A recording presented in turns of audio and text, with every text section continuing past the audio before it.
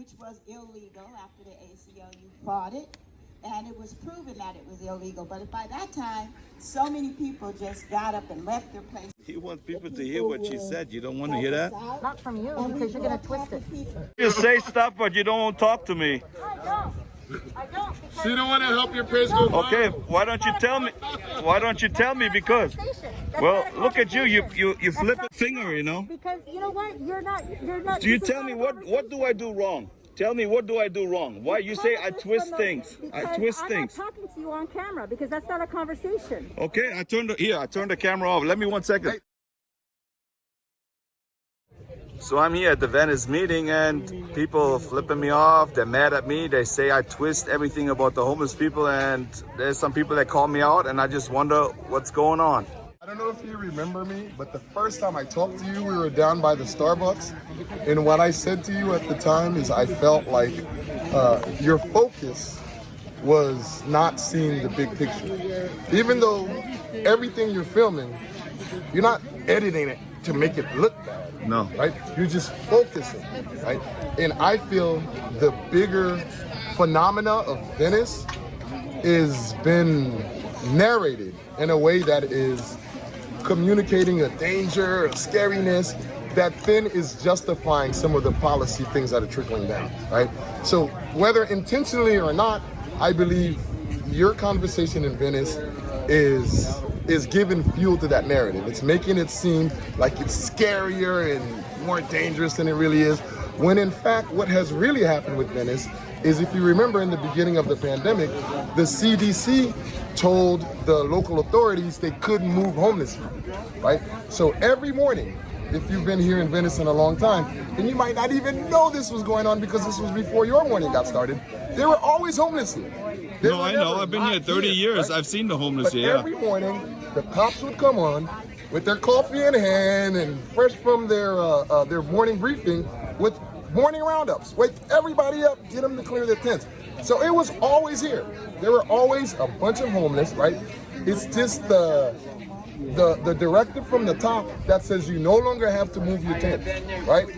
And what happens with these tents often is somebody sets up their tent, then they get a chair, then they get a little extra, right? And eventually that one person's little footprint becomes a whole thing, that, right? And then multiply that by everybody who was already homeless in Venice. That's the thing that we're talking about. So it seems like the conversation as it is presented by your page, because I've seen some of your stuff, that's why I spoke to you about it. It is blaming Venice for degrading to a state where look how bad things have gotten, when a lot of the decisions for why it got this bad came from the top, and then the people that are in your face as this were always here. Can I tell you something? You said I make it look bad. I'm not here 24 hours. I don't see what's going on. I see on cameras the beatings. I've seen with my own eyes people get slapped in the face, spit on, and all that stuff. And by the way, stuff like that always used to happen. Let me just tell you what I want to tell you. I love Venice Beach. I've been here so long. I came from Germany to America because I love Venice Beach. I have nothing against all those people. I'm just showing what's going on in Venice. Yes. Maybe you're right in saying maybe. I'm saying that's not the only thing going on, and a lot of what's going on is being driven by factors out of Venice's control. So it's just, this is what I feel like the complaint is. The narrative is showing, oh my God, look how bad Venice is. No, that's not what I'm saying. I'm saying how great is Venice. I've heard that too. If you look at my Venice, it used to be great, but I'm here every day in my life. One of your videos is titled, I'm paraphrasing here, like Venice is gone.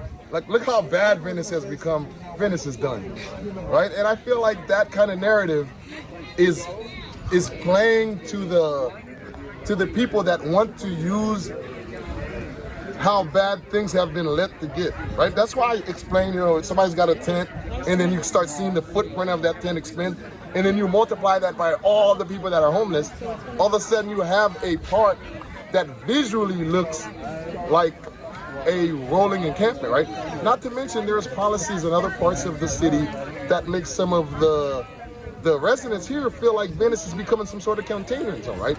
Like all of the homeless is not allowed to exist anywhere else, right? You go to Santa Monica and trying to pitch a tent, the cops are gonna run you off, but as they're running you off, they're gonna say, go to Venice with that crap. Don't come to here with that. So if enough people hear that message and they come over here and okay, I just want to ask you, why do people stand in front of me? They don't want me to film. They flip me off. They call me names. I believe. What did I do wrong? Can you please explain that to me? The people who are seeing you as a hostile member of the press believe that you are. I'm not a member of the press. You are a member of the press. You're I have a YouTube channel. I just show what's going on in LA. Your videos get hundreds of thousands of views, do they not? They right? do. You know, some channels don't get that many viewers. Absolutely. Channels with TVs don't get and that I have no influence on that. Right? There's people that do homeless videos, hundreds. You go on YouTube. What I don't know what happened.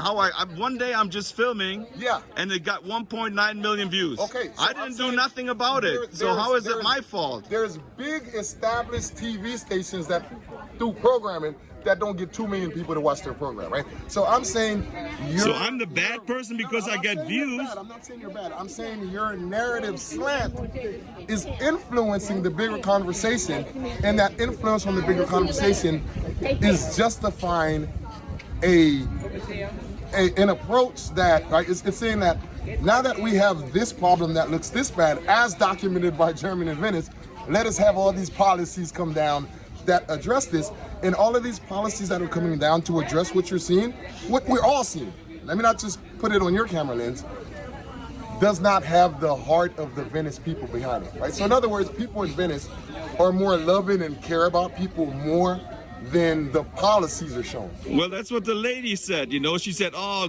she said she lost Venice. She's flipping me off. She's doing this. She's doing this. How can be somebody so hateful if she loves Venice Beach? Well, this is pure hate. I'm just seeing that like the perception, and this conversation is being had.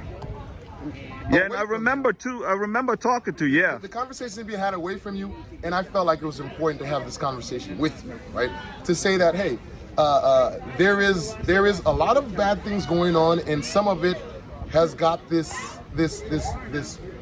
pandemic root to it all, even though we understand the increasing problem of homelessness was in Venice way before COVID, right? And it was getting worse. I agree, 100%. Right? And the only thing that was masking that is that there were policies that kind of swept in under the rug, right?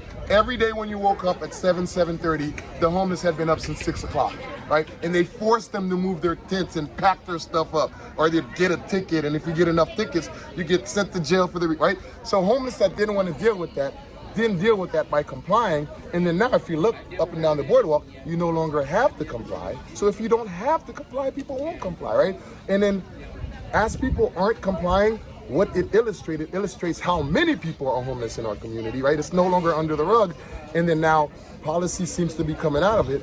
But all I'm seeing is this policy is making people with money have an opportunity to get more money, and it's not really trickling down and helping the people, right?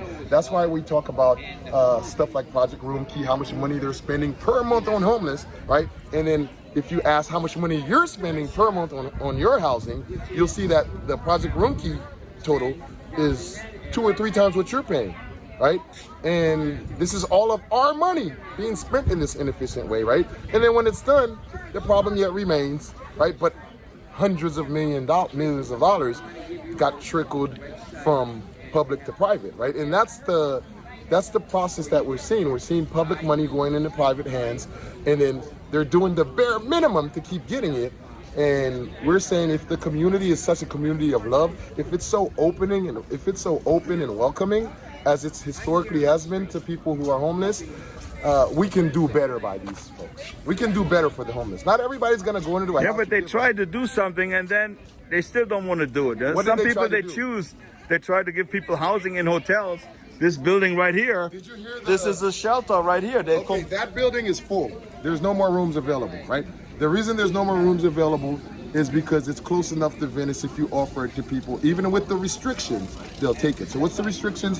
Because this is a COVID measure, you just get to be out in the daytime. They actually want you to be like in quarantine. So from 7 to about 8 in the morning, you're supposed to be in quarantine. So you get to go out in the daytime to go do what you need to do and then quickly come back to quarantine. So most people who are Because Yeah, what is your solution? What do you think is your solution? okay, so my solution, I live in my car. That's my solution. I make my own money, right? Yeah, but can those take care people, of they're on myself. public property here, and I'm not against them. I want the people to be But helped, even you know? somebody like me who lives in their car and who kind of takes care of themselves, doesn't need anything from anybody else pretty much, still have got a undercurrent of municipal aggression, right? So the parking is being limited, there's places you can't park, right? And of course, because I wrote about this, I write for the local paper, I wrote an article called The Hack, right? Living in your car, right? Where basically I described the number of people living in their car in Venice. This has become a solution because there just isn't enough housing, right? If David Bush mentioned he comes here in 1980 and he gets a house right on the beach and he pays $350 a month, right? With that kind of a housing expenditure, you can busk and hustle on the boardwalk or work in one of the restaurants and then take care of yourself, right? So that kind of stock is not available anymore, right? We're looking at the effect and we're not seeing all of the big causes, and that's why I mentioned the COVID stuff. We're looking at just the outcome. Yeah, but you still didn't say what is the solution for all this? Not Okay. you living in your car, for the people that are out here on the boardwalk. Okay, What so would be what the they solution? said What do in you Utah- think? What do you want, and what do you think should be the solution What to they help the said people? in Utah, they said housing first, right? We're gonna help you, but before we start helping you in all the other ways you need helping, we're gonna first give you housing, right? Of course, some people in LA see that that's not a real solution for us, because the number of people that were homeless in Utah when they tried that solution is, you know, just a small fraction compared to the number of people that are homeless in LA. So it's going to be a problem that's on a way bigger scale. But I'm saying that's what they have to do. They have to look at the cost of homelessness and the cost to all of the community, and then recognize that just giving somebody housing eliminates all of those costs, even though it costs to give people housing, right? So if we're just trying to mitigate the quality of life negative outcomes, the best thing and the only thing you can do is do housing first, right? And then after you do housing, the reason it's called housing first, they recognize after you give people housing, there's a whole bunch of wraparound services that needs to come along with that. So we talk about detox, we're talking about mental health, we're talking about drug rehabilitation, if that's what's in people's hearts, right? Because those kind of things will actually give somebody a chance to, if they want to do this for themselves, improve themselves, right? So I feel the biggest way we could do something like this, we have to make it something that is of the individual's effort, right? So in other words, if you lock me up and you throw me in jail and you say in order to get out you have to go to a rehab program, it's very hard for that rehab program or that process to actually stick and actually, you know, transform your life. But if at the time you realize you need to do something for your life and you go into one of these places where you can get help and the help is actually available, right? Then at that point, it's of your own effort, that process has more possibility of succeeding.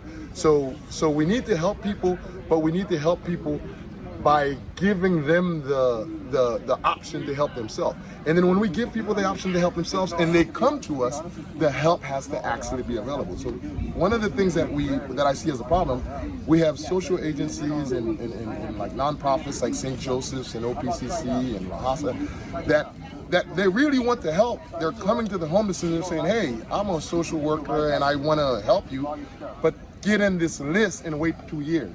Right? And after homeless people have done that over and over and over and have not seen an outcome, all of a sudden it's not